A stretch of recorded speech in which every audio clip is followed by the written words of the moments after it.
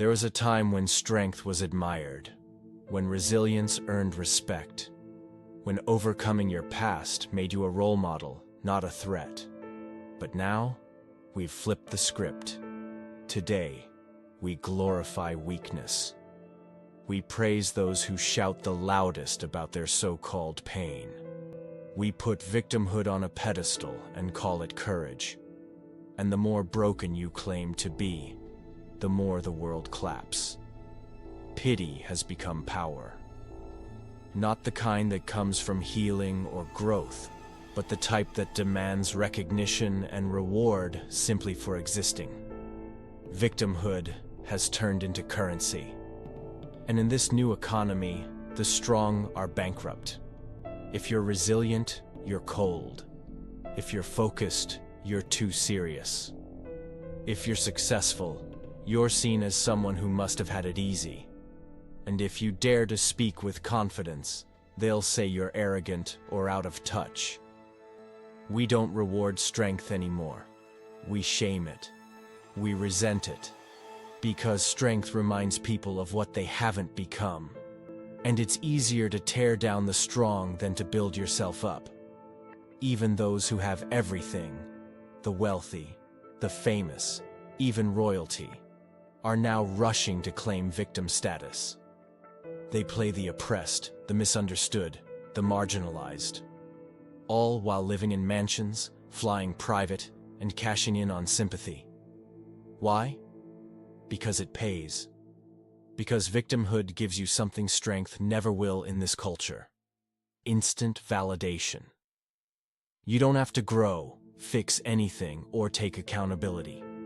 You just have to tell the world how hard it's been for you, real or imagined. This isn't empathy, it's exploitation. And the damage it causes runs deep. We are raising a generation that believes weakness is their identity. That struggle is the end, not the beginning. That the world owes them for simply existing with discomfort. But here's the truth. Life is hard. It always has been.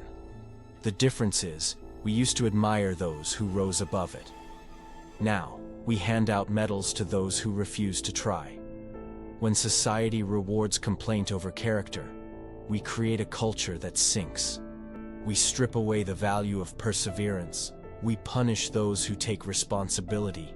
And in doing so, we breed entitlement, not empowerment. We weren't always like this. There was a time when struggle was something you overcame, not something you wore like a badge.